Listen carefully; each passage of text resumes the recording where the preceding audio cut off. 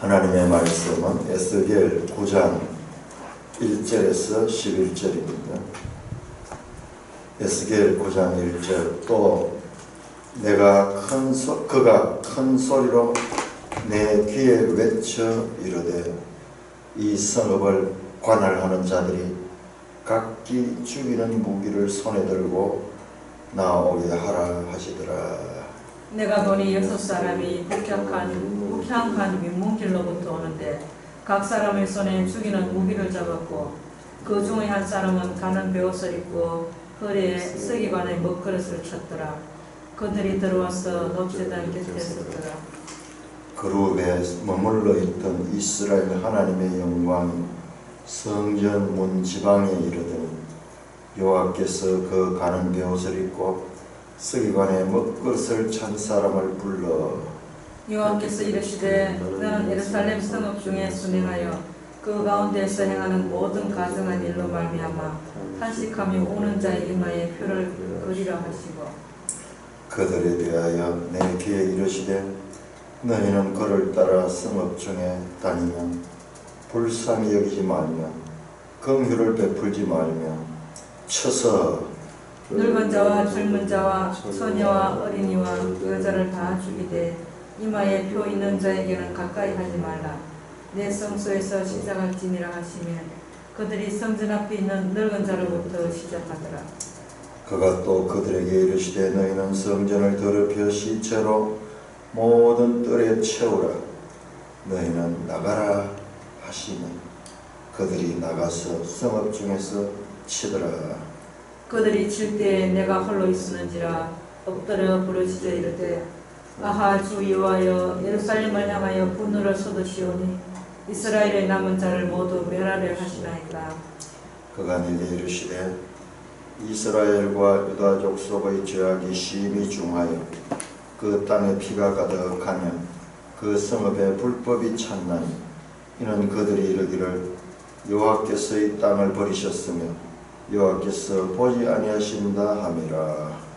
그러므로 내가 그들을 불쌍히 여기지 아니하며 긍휼을 베풀지 아니하고 그들의 행위대로 그들의 머리에 갚으리라 하시더라. 보라 가는 베옷을 입고 허리에 먹그릇을 찬 사람이 복명하여 이르되 주께서 내게 명령하신 대로 내가 준행하였나이다 하더라. 하나님 아버지 은혜를 감사합니다. 오늘 아침도 놀라운 하나님의 말씀들로 우리의 하나님에 대한 이해를 넓혀주시니 감사를 드립니다. 예수님 이름으로 감사하며 기도드리옵나이다. 아멘. 자, 우리가 성경을 읽으면서 우리가 지금 이 본문이 어떤 단락 속에 있는가를 아는 것이 중요합니다. 마치 우리가 산 속에 들어가서 헤매다 보면 전부 나무들만 있고 길을 알지 못하는 것 같아요. 그러나 그 멀리서 내려다보면 하늘에서 내려다보면 높은 산에서 내려다보면 그게 다 보이는데 그 밀림 속에 있으면 자기가 어디에 있는지 방향을 전혀 알 수 없습니다. 우리 성경 읽기도 마찬가지입니다. 자, 8장에서 11장까지는 8장에서 11장 마지막까지는 뭐냐 그러면 에스겔 선지자가 하나님의 영안에서 이제 우리가 어떤 이게 환상 이렇게 환상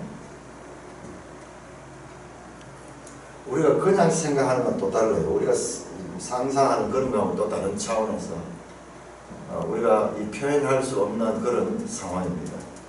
그래서 몸은 여기 있고 영혼이 이 하나님의 끌어올림을 당해서 순간 이동해가지고 지금 예루살렘의 성전에 가 있습니다.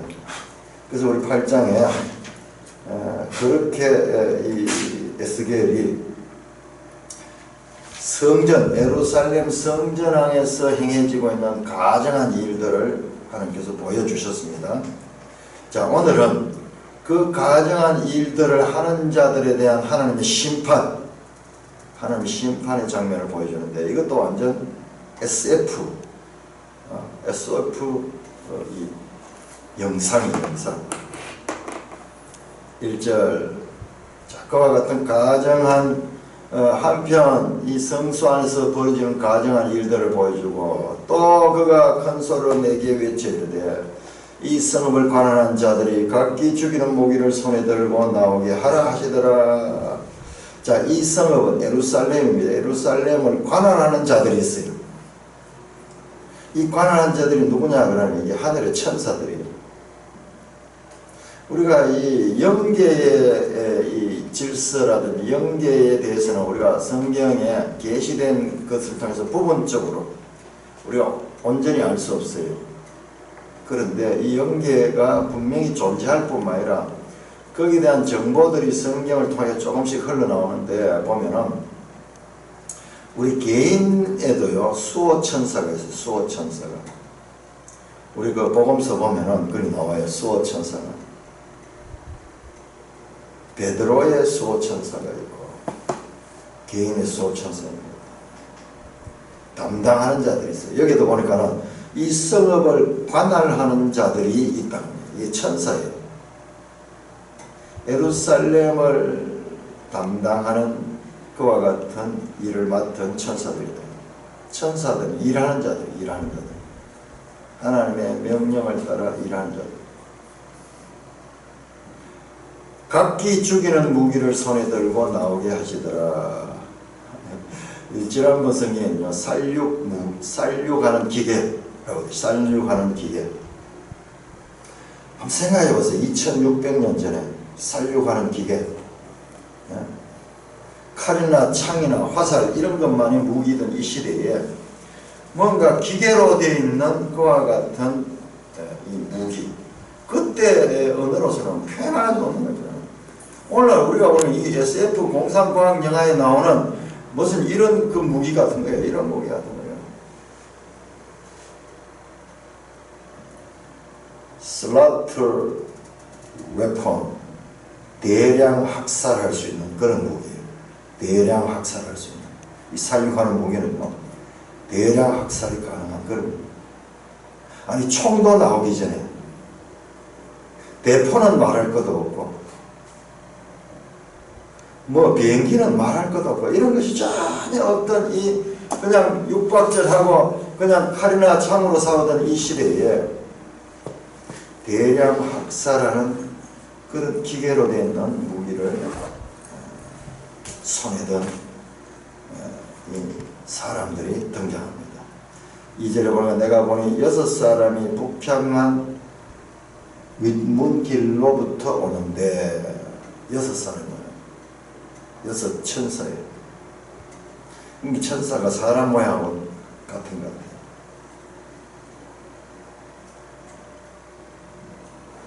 여섯 사람 북향한 윗문길로부터 윗문길. 예루살렘 이 성전의 북쪽 문을 통하여서 들어옵니다. 자, 이 북쪽은 우리 이 주석을 보면 대체로 저 바벨론 이 북쪽에 있으니까는 그 바벨론으로부터 오는 공격을 이야기한다는데 제가 생각할 때는 여기 이 북쪽은 그것이 아니고 하나님이 거하시는 곳이 북극 지폐라고. 북극 지폐. 북극 지폐의 보좌가 있어요. 보좌. 이게 성경에서 유일하게 하나님의 거하시는 곳에 대한 정보가 나온 게 이사야 14장이에요. 14장. 우리 한번 찾아봅시다. 에스겔 이제 우리 28장에 또 나오는데 에스겔 28장과 이사야 14장에는 이 하늘에 관한 그리고 사탄에 관한 구체적인 정보가 나옵니다. 그래서 그 성경 가운데서도 꼭 중요한 부분, 제가 기독교와 미술을 강의할 때 가장 많이 찾는 성경 구절이 그런 부분입니다. 이사야 14장 12절부터 보면 아주 신비한 이야기가 나와요. 그 아침의 아들 계명성이여, 이 루시퍼입니다. 킹제임스 성경에 루시퍼로 되어 있어요. 루시퍼. 어찌 그래 하늘에서 떨어졌느냐. 이 루시퍼 사탄이 하늘에서 쫓겨난 것을 이야기합니다. 너 열국을 엎은 자여 어찌 그래 땅에 찍혔는고, 온 세상을 뒤집어 엎는 그와 같은 일을 하는 자예요. 그가 땅에 찍혀져서 땅에 떨어지며 이게 이 사탄의 마지막 그와 같은 모습입니다. 자, 사탄이 뭐라고 이야기했냐? 13절에 보니까 네가 네 마음에 이르기를 내가 하늘에 올라 하나님의 묵별 위에 내 자신을 높이리라. 내가 북극 지폐의 산 위에 앉으리라. 가장 높은 구름에 올라 지극히 높은 자와 같아지리라. 가장 높은 곳에 있는 지극히 높으신 이부 하나님과 동등하게 되기 위해서는 어떻게 하냐? 자기가 북극 지폐의 산 위에 좌정하겠어. 그 북극 지폐의 산 위에 보좌, 그 자리를 차지하겠다는 거예요.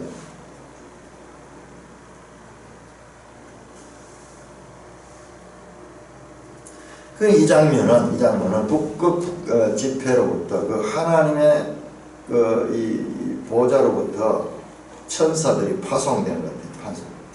그래서 오는 길이 이제 그 길 때문에 그 길로 북향한 윗문길로부터 오는데 각 사람의 손에는 죽이는 무기를 잡았고 살육하는 기계를 잡았습니다. 그 중에 한 사람은 가는 베옷을 입고 허리에 쓰기간 먹그릇을 쳤더라. 그들이 들어와서 놋제단 곁에 서니라나. 놋제단은 바깥에 있는 이 뜰에 있는 제단이죠. 그 하늘에서 이 땅의 성소에 오는 거예요. 자, 이거는 지금 에스겔이 영안에서 보는 겁니다. 영안에서. 자, 6명의 이 살육하는 기계를 들고 있는 이 천사들을 보니까는요, 이 그림이 뭐냐 그러면 이 심판이에요, 심판. 근데 그 중에 한 사람은 가는 베옷을 입고, 이 가는 베옷, 아주 요즘은 그냥 옷감들이 자동 기계로 이렇게 뽑아가지고 가는 베옷이 별거 아니지만 이 당시는 가는 베옷은 최고급 옷이에요. 아주 가는 실로 잡는 그런 옷을 입은 것 같은. 허리에 쓰기관에 먹그릇 쳤더라. 이게 이제 뿔로 되어 있는데, 뿔인데, 잉크혼이에요, 잉크혼. 잉크를 담을 수 있는 그런 뿔을 차고 있는 거예요. 우리말로 이제 먹그릇 그랬는데, 이 먹은 우리 동양적인 표현이고, 서양에는 잉크죠, 잉크. 요즘 사람들은 이 잉크를 거의 안 써먹는데 우리 초등학교 다닐 때 전부 잉크로 잉크의 병에다가 펜을 찍어가지고 쓰고 또 이게 물이 떨어지면 다시 찍어가지고 그렇게 썼어요. 그러다 보니까 잉크를 엎질르는 일이 많아서 그래 집집마다 보면 옷에 잉크를 엎질러가지고 옷감 같은 것도 베리고 그 다음에 이 책도 막 엎지르고 그런 적들이 많은데 그게 불과 얼마 전의 이야기인데 그게 요즘 현대인들은 보면은 뭔지도 모를 그런 이야기일 것 같아요. 왜 먹거를 찾느냐 보니까는 3절 그룹에 머물러 있던 이스라엘 하나님의 영광이 성경에 자 그리고 보세요. 여기 중요한 장면이 나오는데 그룹에 머물러 있던 이스라엘의 하나님의 영광이 성전 무지바에 이르니. 자, 이건 뭐냐면 지금 이 성전이거든요. 성전 안이거든요. 성전 안에 그룹에 머물러 있던 이스라엘 하나님의 영광. 자, 이 그룹들 위에 계신 하나님이 누구냐? 자, 우리 시편 80편 한번 봐. 시편 80편. 우리 성경을 자꾸 읽다 보면 성경에 관용어가 있어요. 성경의 관용어. 그걸 알게 되면 이게 아무 어렵지 않은데 이 관용적인 표현을 모르면 이게 무슨 말이지? 그룹 위에 머물러 있다. 시편 80편 1절에 보면은 이렇게 말씀해 요셉을 양떼같이 인도하는 이스라엘의 목자여 귀를 기울이소서. 그룹 사이에 좌정하신 이여 빛을 비루소서. 그룹은 천사거든요. 그룹 천사. 그룹 천사 사이에 있다. 그룹 천사가 이렇게 둘이가 있어요. 그룹 천사가 이렇게 우리 마주보면 이게 뭐냐면 법궤입니다. 법궤. 법궤 뚜껑이 이게 그룹 천사가 있잖아요.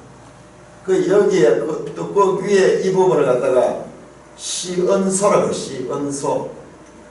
이 법궤 이 밑에 이거는 법궤 언약궤고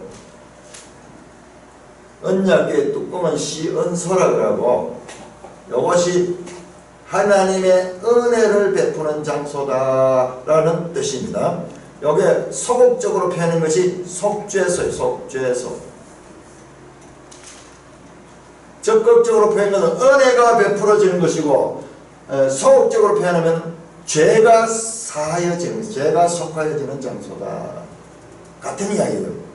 하나님의 은혜에 의해서 우리가 죄사함을 받는 거예요. 이 언약의 뚜껑이 시온소죠. 그 위에 그룹 천사가 있는 거예요. 그래 그룹 사이에 거한다. 여기에 하나님이 거하시는 것을 상징적으로 법궤를 만들 적에 그렇게 했습니다. 시편 99편 1편도 마찬가지입니다. 99편 1절에도 그룹 위에 그룹 사이에 계시는 하나님이여. 이게 하나의 관용표. 하나님이 어디에 거주하느냐? 성소의 지성소 안에 그룹 사이에 계신다.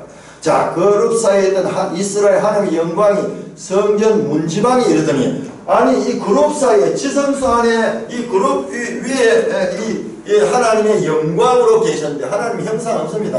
하나님의 영입니다. 우리는 지금 우리의 관점을 가지고 하나님을 이해하려고 그러니까 헷갈리는 거예요. 하나님은 영이십니다. 영인데 그걸 우리가 볼 수 없어요. 그런데 그것을 우리에게 보여주시는 거예요. 우리가 알아들을 수 있는 눈높이 마저 보여주는데 이 하나님의 영광으로 계신데 이 영광이 여기서 떠나가지고 성전 현관으로 문지방으로 이동하는 거예요. 이동. 이게 에스겔서에서 아주 중요한 그림이에요. 이제 이게 계속 나오는데요. 성전 문지방.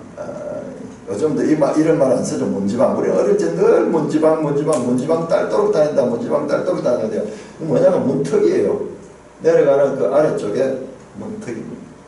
문지방, 어린애들 문지방에 걸려서 넘어지고, 문지방이 영어로 보면 테라스 홀더로 돼요. 테라스, 현관. 하나님의 영광이요. 이 지성소 안에 은밀한 곳에 계신 하나님의 영광이 나왔는 이동하는 거예요. 이동합니다. 우리 그 에스겔서에 보니까 막는 자가 있어 막는 것을 옮길 때 하듯이 옮기는 거예요. 지금 하늘의 신비한 세계를 지금 우리 이 시각으로 보여주시는 거예요.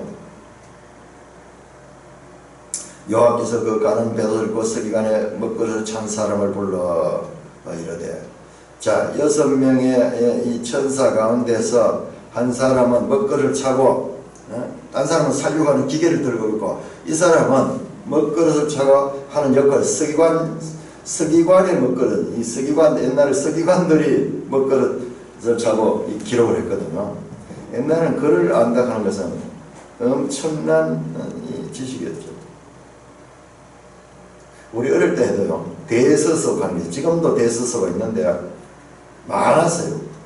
뭐냐 문맹인 사람들이 많기 때문에 무슨 편지를 쓴다든지 뭔가 이럴 적에 그거 가서 부탁하는 거예요. 대서서 대필해 주는 거예요. 그러고 돈 받는 거예요. 그러니까 이런 서기관 이런 직업들은 오랫동안 인류 역사에서 아주 중요한 역할을 해온 사람들인데 이제 오늘날은 점점 없어져 버리죠. 4절 여호와께서 이르시되 너는 예루살렘 성읍 중에 순행하여 그 가운데 행하는 모든 가정한 일로 말미암아 탄식하고 우는 자의 이마에 표를 그리라 하시고 하나님께서 지금 여기 하나님이에요. 하나님이 말씀하시는 거예요. 그 서기관 천사를 불러가지고 이스라엘 성읍 중에 순회 그 가운데 행하는 모든 가증한 일로 말미암아. 자, 앞에 나오죠. 8장 6절 9절 13절 15절 17절 가증한 일, 더 큰 가증한 일, 더 악하고 가증한 일, 그 나왔던 예루살렘 성전 안에서 행해지는 그 가증한 일 행하는 이로 말미암아 탄식하여 우는 자의 이마에 변화. 그런 가증한 일을 보고 동조하지 아니하고 그것에 대해서 탄식하는 자, 그것에 대해서 아파하는 자, 그것을 인하여서 마음이 애통하는 자, 애통하는 자, 이스라엘의 우상 숭배로 인하여서 슬퍼하는 자, 동조하는 자가 있다. 그런 마음을 가진 자, 탄식하며 우는 자의 이마에 표를 그리라. 마태복음 5장에 예수님께서 심령이 가라앉은 자는 복이 있고 애통하는 자가 복이 있고 하듯이 그런 마음을 가진 자예요. 하나님 앞에 범죄하는 것으로 인하여서 그 마음이 상해 있는 자들, 그런 자들에게 이마에 표를 그려 그 먹을 가지고 붓을 가지고 가서 그 이마에다가 글을 쓰라고 이마에다가 그려라. 이 히브리어로 T자가 타우예요. 타우. 이게 타우. 영어에 T에 해라는데 타우라고 하는데요. 이 원어를 보면은 이 타우자를 표시를 했다고 그렇게 보시는 학자들이 있어요. 그게 충분히 그럴 수 있는 것이 이 당시 애굽의 미술들을 보면은 애굽에 보면 이 타우 십자가가 어떻게 생겼냐 하면은 이렇게 생겼어요. 이렇게 이 우리 기호 비슷하게 있는데 여기에 그러니까 우리 십자가 있죠. 우리 십자가 이전에 십자가는 그 기독교 상징이 원래 아니에요. 십자가는 사형틀인데 왜 기독교 상징이 되는 거예요? 제가 이 이야기하면은 또 할 말이 많습니다. 작은 이 십자가 형상은요, 한 고대부터 있는 거예요. 그 3000년, 4000년 전에 그 애굽의 이 벽화 같은 데 보면 이 십자가 많이 나옵니다. 그리고 좀 더 거슬러 올라가면 이 바벨론이라든지 이쪽 이 중동 지역에 그 문양들에 보면 십자가 문양이 많이 나와요. 자가 이마에다 표시를 했어요. 이마에다가 표시를 했어요.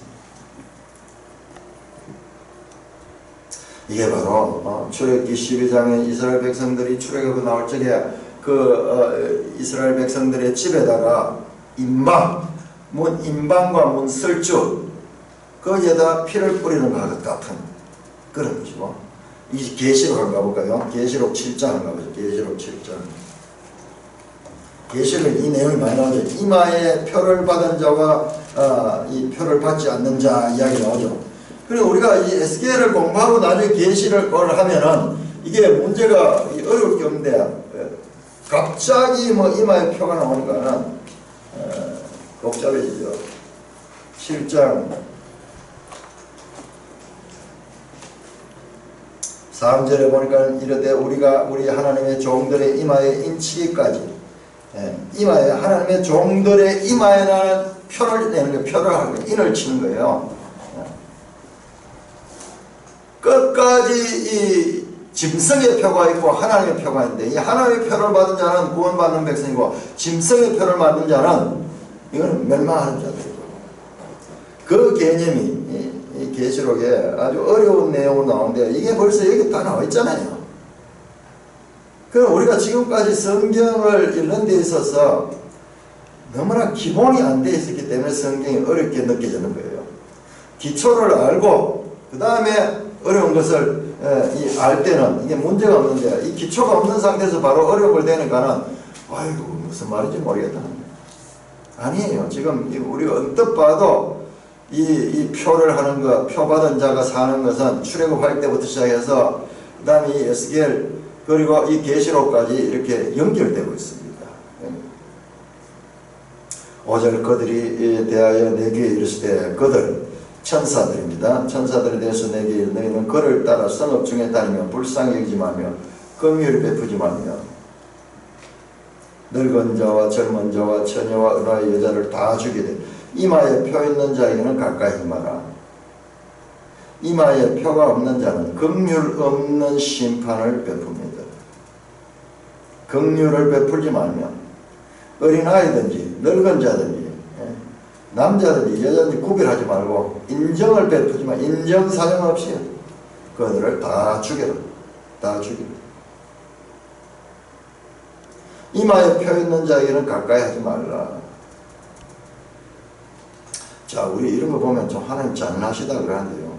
아닙니다. 잘 몰라서 그래요. 죽음이 뭔지를 몰라서 그랬어요. 죽음은 죄의 삭시예요. 죄의 삭.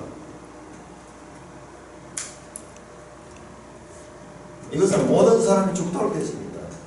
살려주시는 것이 은혜지. 이것은 죄의 삭은 당연한 거예요. 당연한 거. 은혜를 받아서 사는 거지. 그냥 그들은 그냥 두면 죽는 거예요. 그냥 죽는 겁니다. 착각하는 거예요. 이마에 표 있는 자에게는 가까이 하지 마라. 이마에 표 있는 자는 구원을 받습니다. 삶을 얻습니다. 자, 어떻게 이 심판이 시작되는가? 내 성소에서부터 시작할지냐? 내 성소. 그들의 성소가 아니고 내 성소. 하나님의 성소에는요, 이런 죄가 있을 수 없어요. 그래서 모든 이 죄인들을 죽도록 합니다. 죽이요. 그러니까는 이 살려하는 기계를 가지고 쫙 비추겠죠. 레이저 광선 같은 게 쫙 나가든지 이러니까 그 빛을 받으니까 다 죽었거든요. 확 공상과학 영화에 막 쓰러지듯이 쫙 쓰러지게.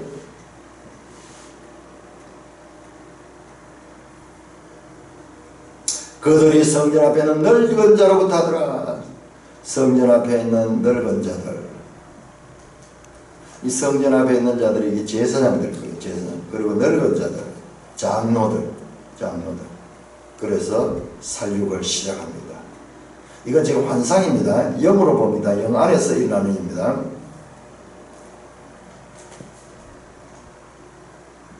또 그가 또 그들에게 이르시되 그는 이 여호와 하나님이십니다. 하나님께서 그 천사들에게 명령합니다. 너희는 성전을 더럽혀서 시체로 모든 뜰로 채우라. 너희는 나가라 하시네. 그들이 나가서 성읍 중에서 치더라. 그래서 다 죽이더라고요. 그래서 시체가 성전 뜰에 가득 찹니다. 자, 이런 장면 잘 봐야 됩니다. 잘 봐야 됩니다. 성전 안에는 시체가 있으면 안 돼요. 시체는 부정함의 대표적인 그와 같은 것입니다. 그래서 여기 보면은 시체를 접하거나 이런 사람들은 와서 바깥에서 며칠 동안 있다가 또 목욕하고 옷을 갈아입고 그렇게 성 안에 또 들어옵니다. 특히 제사장은 더 그런데요. 그런데 이제는 오히려 성전 안이 시체로 가득 찼습니다. 우리 8장에서 나왔던 가정한 우상 숭배의 장소가 된 성전 안이 시체로 가득 채워졌습니다. 이제 더 이상 성전이 아닌 거예요. 하나님이 떠나실 수밖에 없는 장면입니다. 부정한 곳, 거룩한 하나님은 부정한, unclean, 더러운 곳에 거할 수 없거든요. 거룩하신 이는 부정한 자는 거룩하신 이와 같이 있을 수 없습니다. 그 죄와 하나님은 함께 하실 수 없습니다. 그 우리 신약성경에 귀신을 악하고 더러운 귀신아 떠나가라 그러는데 귀신은 하나님 앞에 존재할 수 없습니다. 존재 자체가 불가능합니다. 그러나 하나님이 이 성전 안에는 계실 수 없는 거예요. 성전이 시체로 더럽혀졌습니다. 뜰에 가득 찼습니다. 자, 너희는 나가라. 위에서 짧게 명령합니다. 실행하라. 사인입니다. 가라. 우리 계시를 보면 이런 용어가 나와요. 하나님이 명령하시는 가라 하니까 쫙 네 개의 말 탄 사람들이 나타나가지고 심판을 행하는 장면이 나와요.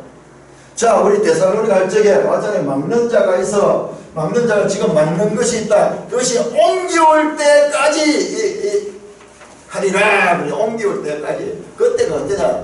가라 하는 명령이 떨어질 때. 자, 이것이 언제 그냐? 됐다 할 때 그치는 거야. 됐다.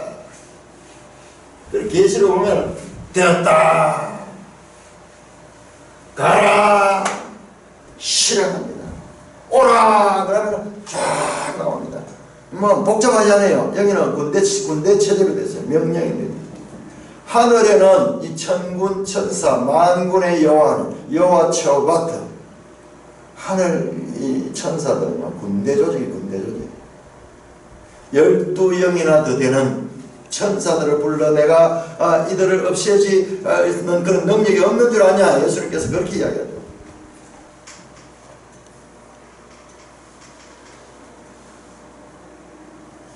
가라 나가라 하니까는 그들이 그대로 실행합니다. 성읍 중에서 치더라. 살용하는 기계를 가지고 갖다 대니까 건들리면 다 나와. 8절 그들이 칠 때 내가 홀로 있었는데 엎드려 부르짖어 이르되 아하 주 여호와여 예루살렘을 위하여 하여 분노를 쏘 이스라엘의 남은 자들을 모두 멸하시느라. 이 광경을 본 에스겔은 견디지 못한 거예요. 너무나 참혹한 장면을 보았는 거예요. 이 사륙하는 기계를 가지고 있는 이 천사들이 와서 쫙 집행을 하는데 그 기계에서 뭐 어떤 현상이 일어나는지는 우리 여기 안 나와 있어요. 근데 오늘 우리 현대 SF 이런 공상과학 영화들에서 나오는 그런 것 같아요. 그 장면 같아요. 뭐 칼로 찌르고 이런 게 아니에요. 건들리니까 다 넘어지는 게 다. 너무나 놀라운 광경을 보고 에스겔은 견디지 못합니다. 오, 아하, 지금 탄성입니다. 탄성. 절규를 합니다. 감탄사입니다. 오, 주 여호와여 예루살렘을 향하여 분노를 쏘시니 이스라엘의 남은 자들을 모두 멸하시나이까.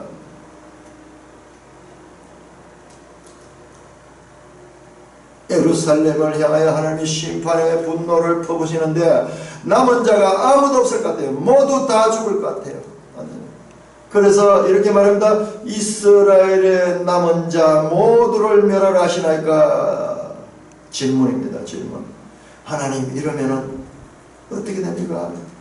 예루살렘의 이스라엘은 이제 모두 망하고 말게 됩니까? 그렇게 질문합니다. 자, 여러분들 우리 이와 같은 질문, 하나님의 심판에 대한 질문을 한 사람, 이 창세기 나왔어요. 창세기 아브라함 소돔과 고모라를 멸하고 할 적에 이곳에 한 중보자로 서서 하나님 여기 의인 50명 있으면 멸하지 않겠습니까? 그래, 그러면 내가 멸하자. 하나님 그러면 의인 45명이 있으면 어떻게 하십니까? 이러면서 중보했던 그 아브라함의 장면과 그리고 출애굽기 32장에 모세의 중보, 모세가 시내산 위에 있다가 내려와 보니까 이스라엘 백성들이 우상을 숭배하면서 범죄. 하나님이 그들을 다 멸하고 모세야 내가 너로부터 해서 새로 한 민족을 일으키겠다. 이놈들은 안 되겠다. 이 패역한 족속들 다 멸망시키겠다 해서 모세가 기도합니다. 하나님 그렇게 되면은 하나님이 주의 저 애굽 사람들이 보고 뭐라 합니다. 여호와가 인도했다 했는데 오히려 그 여호와가 그 백성들을 다 죽였다 하지 않겠습니까? 하나님 차라리 저를 죽여주시옵소서. 그러면서 중보하던 그 장면이 지금 오버랩되고 있습니다. 이게 바로 예수님께서 요한복음 17장의 대제사장의 기도 또는 우리 마태복음, 마가복음, 누가복음, 공관복음에 나오는 예수님의 겟세마네의 기도, 이렇게 저 구약에서부터 신약까지 이어지는 연속성을 가지고 연속성이면서 발전성이죠. 발전성. 이 하나의 모형적인 이와 같은 것들이 구약에서 이미 있었습니다. 에스겔 선지자가 대단하죠. 대단합니다. 이 선지자들 가운데서도 에스겔만큼 이렇게 하나님과 깊은 관계로 들어가는 선지자는 없어요. 최고 선지자, 최고 선지자. 이사야 같은 경우에도 이 영안에서 들어갑니다. 에르미야도 마찬가지 들어가지만 다니엘도 들어갑니다. 다니엘도 이 전부 이 포로기를 전후한 선지자들인데 그 가운데서도 에스겔이 가장 강렬한 것과 같은 체험을 합니다. 자, 이 질문 저는 여기에서 우리가 구약 성경을 아시는 분들은요, 이 에스겔의 질문이 아주 중요한 질문입니다. 이 질문 속에는요, 에스겔의 성경 지식이 있어요. 성경 지식. 이 성경 지식이 뭐냐? 하나님의 언약이에요. 언약. 이 질문 속에 저는 그걸 발견했어요. 하나님 이러면 하나님의 언약을 지키는 것이 아닙니다.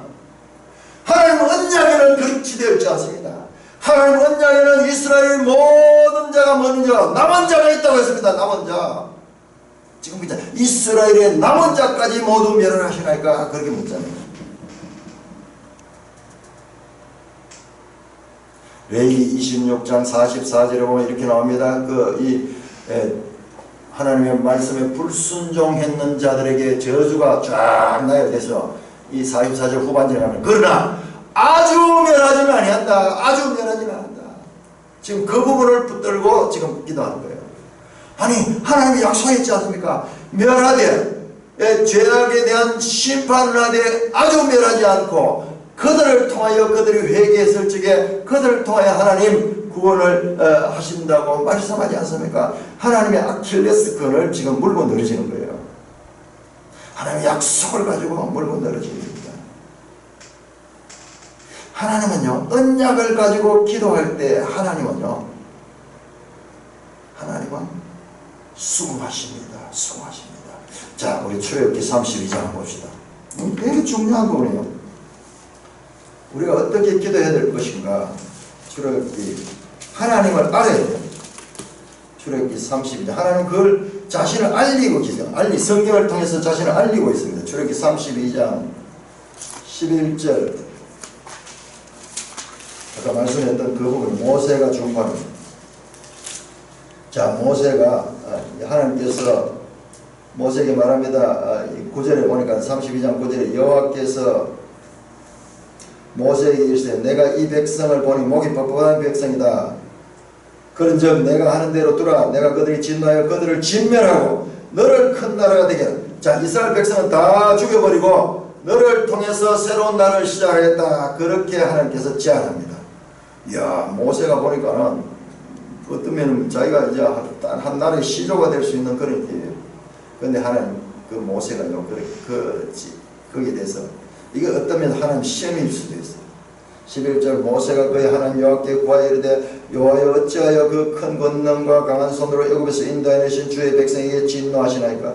어찌하여 애굽 사람들이 이르기를 여호와가 자기 백성을 산에서 죽이고 지면에서 진멸하는 악한 의도로 인도해 내었다고 말하게 하시고 하나이까?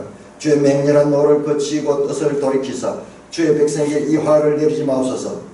자, 그런 다음에 13절은 주의 종 아브라함과 이삭과 이스라엘을 기억하소서. 야곱이죠. 주께서 그들을 위하여 주를 가리켜 맹세하기를 내가 너희 자손을 하늘의 별처럼 많게 하고 내가 허락한 이 온 땅을 너희 자손에게 주어 영원한 기업이 되게 하려 하셨나이다. 여호와께서 뜻을 돌이키사 말씀하신 화를 그 백성은 자, 요 말이 나오니까 하나님께서 탁 꼬리를 내리셨어요. 하나님 꼬리를 내렸다 표현이 참 그러나 자, 하나님이 진멸하셨다 한 건요 제스처였어요. 제스처였어요. 하나님이 이 모세를 기쁘게 보셨던 거예요. 지금 이것도 마찬가지예요. 에스겔도 마찬가지예요. 에스겔의 기도를 하나님께 기쁘게 보죠. 여기는 안 나옵니다. 이것이 다시 또 나옵니다. 우리 일단 이 부분을 강렬한 인상으로 받아놓고 갔습니다. 하나님은 모세가요 아브라함과 이삭과 야곱에게 언약하신 하나님 그 후손을 하늘의 별처럼 바다의 모래처럼 많게 하시며 하나님의 구원 백성을 하시겠다는 그 약속이 어디 갔습니까? 그걸 가지고 딱 질문하니까요 하나님께서 뜻을 순식간에 돌이킵니다. 여호와께서 뜻을 돌이키사. 와, 이런 장면이 어디 있어요? 어떻게 해서 하나님의 아킬레스건을 건드렸어요. 하나님은 누구시냐? 언약의 하나님. 자기가 말한 언약을 반드시 지키시는 분이에요.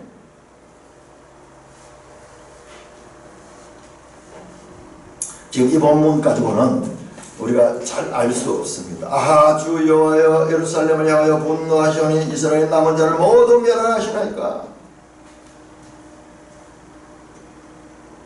그가 내게 이르시되, 자, 이와 같은 에스겔의 질문에 하나님께서 말씀하십니다. 질문에 대한 답변입니다. 자, 이게 하박국서도 이렇게 되어 있고요. 질문과 답변, 이런 식으로 변론을 통해서 하나님이 뜻을 계시하십니다. 그가 내게 이르시되, 하나님께서 말씀하십니다. 이스라엘과 유다 족속의 죄악이 심히 중하여 그 땅에 피가 가득하며 그 성읍에 불법이 찼으니 이는 그들이 이르기를 여호와께서 이 땅을 버리셨으면 여호와께 보지 아니한다 함이라. 하나님 왜 심판한 걸 설명합니다.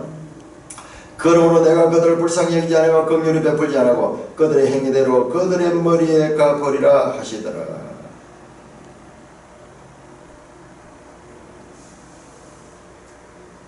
하나님께서 그 살려가는 기계를 가진 자를 통해서 이스라엘을 지금 에스겔을 볼 때는 한 사람도 남김없이 다 죽일 것 같아요.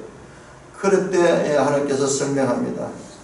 이스라엘 족속과 유다 족속의 죄악이 심히 중하여 그 땅에 피가 가득했다. 불법이 가득 찼다. 그 성읍에 불법이 찼나니 이게 관영했다. 하나님 심판할 수밖에 없는 이 한도에 이르렀다. 이는 왜냐하면 그들이 여호와께서 이 땅을 버리셨으며 여호와께서 우리를 보지 아니한다. 그들은 지금 당하고 있는 심판을 하나님께 책임을 돌리고 있다. 하나님이 이 땅을 버렸다. 하나님은 우리를 돌보지 아니한다. 이와 같이 하면서 우상을 숭배하고 있다. 뭡니까? 하나님 뜻과는 정반대잖아요. 하나님은 이스라엘을 가장 가까이 돼야 하나님과 이스라엘 간에 하나님의 뜻에 대한 오해입니다. 오해. 억지해서 잘못된 해석. 자, 이 앞에서도 나왔습니다. 하나님 마음속에요. 이게 사모칩니다. 8장 12절 보세요. 8장 12절. 우상 숭배하는 이유를 설명하는데 하나님께서 8장 12절에 여호와께서 우리를 보지 아니하시며 여호와께서 이 땅을 버리셨다 하면서 그들이 우상 숭배한다는 거예요. 지금 같은 말을 반복하면서 하나님께서는요, 이스라엘 백성들에 대해서 지금 하나님이 상처를 받아요. 상처를 받아요. 이 말을 잊지 못합니다. 이 말이 하나님의 내에서 떠나지 않고 메아리 치면서 있는 거예요. 왜? 이 말은 너무나 하나님의 뜻을 오해하고 억해하며 자기중심적 해서 자기중심적.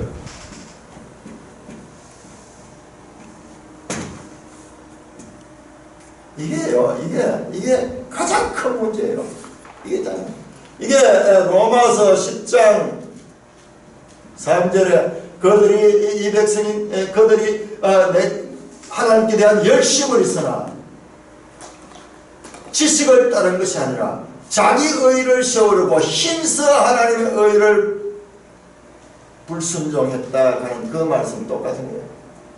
신구약이 합쳐서 이스라엘의 모든 죄의 궁극적인 것은 뭐냐? 하나님의 말씀에 대한 오해예요. 오해. 자기중심적 해석이에요. 자, 우리 성경에 대해서요. 우리 성경을 어떻게 봐야 될 것인가? 우리 지금까지 이렇게 봐왔어요. 이스라엘 백성과 똑같이 봐왔어요. 성경. 그 성경을요. 너무나 소홀히 받는 거예요. 오늘날 한국교회 안에요. 이 성경만큼 멸시당하고 천대받는 것이 없다고 할 정도로. 아니, 우리 한국교회 늘 성경 가지고 하고 오늘 설교할 때도 성경 가지고 하고 늘 성경 가지고 하는데 무슨 그런 소리 하냐고 조금 성경을 알고 보면요. 정말 우리가 하나님 말씀을 멸시하고 있어요. 성경을 대하는 태도가요. 이스라엘 백성도 하나도 다르고 하나도 안 돼요. 딱 그 상태, 자기중심적으로 하나님 말씀을 곡해하고 왜곡해서 해석하고 억지로 해석하고 오해해서 해석하고 그 중심에는 뭐냐? 자기중심. 이 신구약 전체가 보여주는 이스라엘의 죄의 원인. 다른 백성들은, 다른 나라는 말씀이 없기 때문에, 법이 없기 때문에 관계없어요. 그들은 죄를 짓는데 생긴 대로 치면 돼요. 이스라엘 백성에 법이 있어요.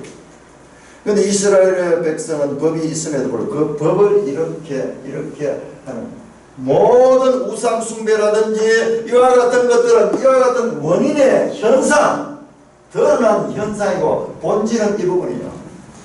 지금 하나님이 지적하고 있잖아요.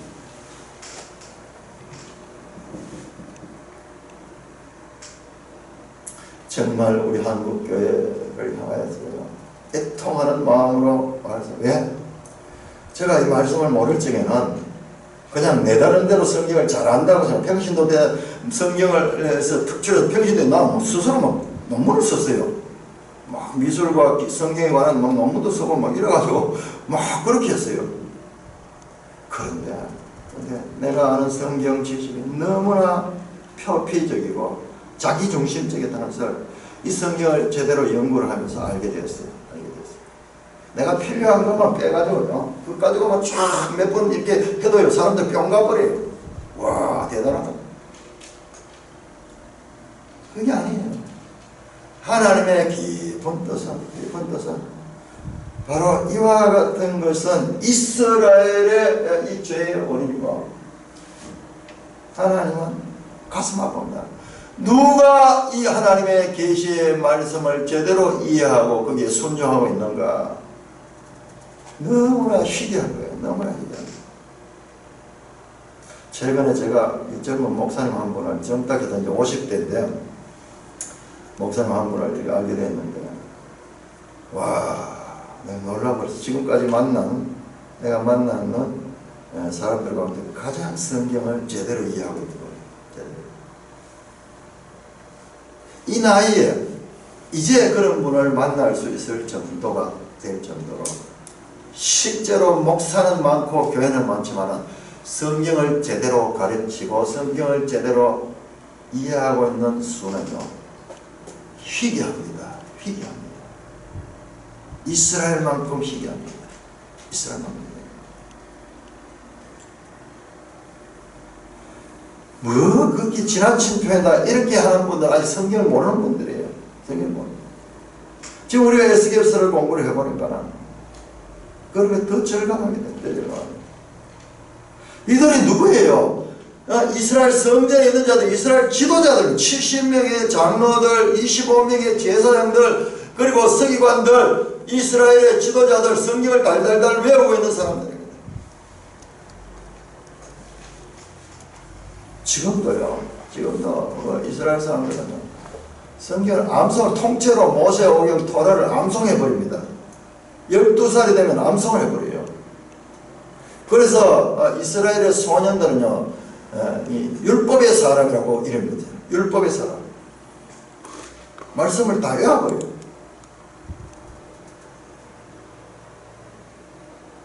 그럼에도 불구하고 그 하나님 뜻이 이런 식으로 오해되고 곡해되고 억해되고 있다.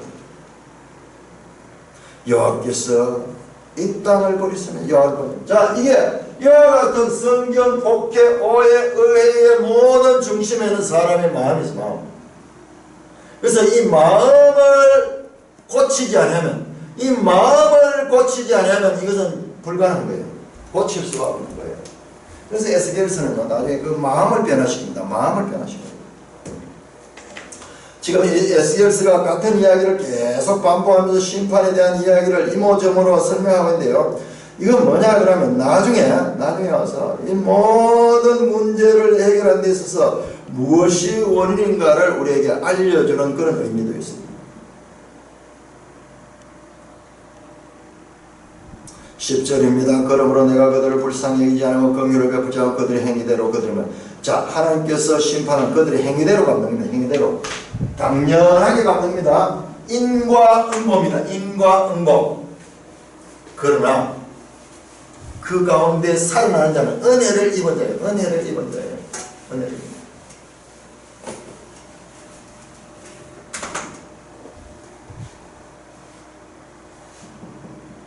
보라가는 벼옷을 입고 허리에 먹거를 찬 사람이 복명하여 이르되 주께서 내게 명령한 대로 내가 중하였다. 자, 이 서기관 천사 있죠. 이 서기관 천사는요, 자세히 보세요. 하는 일이 딱 명령만 듣고 딱 그대로 실행만 하고 와서 복명하는 거예요. 다시 행했습니다.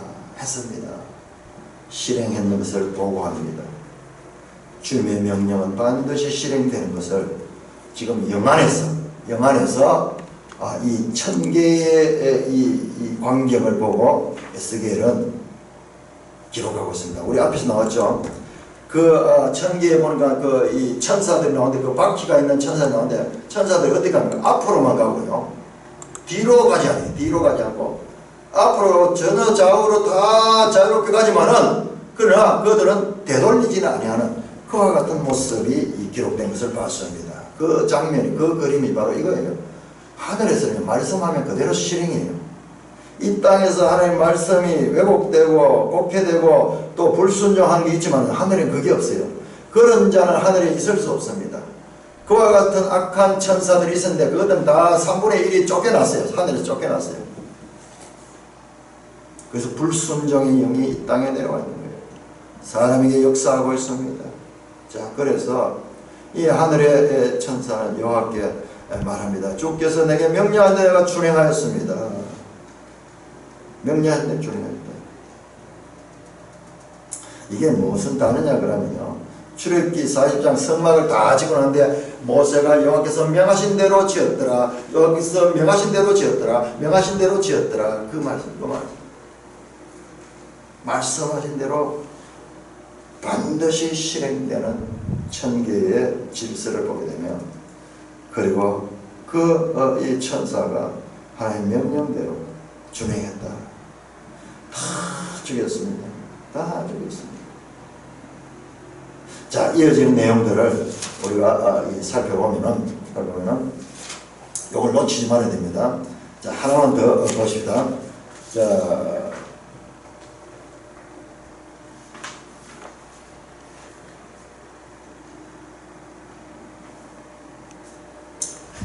10장 13절. 아주 지금 극적인 장면이 나오는데 이 에스겔의 질문 10장 13절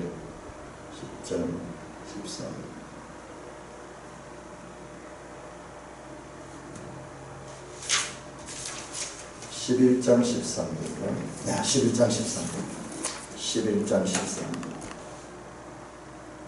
예, 내가 예언할 때 분하의 아들을 불러다가 죽기로 내가 엎드려 큰 소리를 부르자 오라 주 여호와여 이스라엘 남은 자를 다 멸절하여 똑같은 질문이요. 9장 8절에 나오던 질문과 똑같은 질문이 나옵니다. 하나님의 답은 아직 끝나지 않았어요. 그러니까는 이렇게 끊어서 읽으면 안 된다는 거예요. 성경을 읽을 적에 이건 성경 지금 우리가 똑같은 이야기 반복되는 것 같지만 여기에 발전적인 전개가 있어요. 그리고 그 질문에 대한 답이요, 어마어마한 답이 나오게 됩니다. 기대하면서 우리가 계속해서 살펴보도록 하겠습니다. 찬송가 272절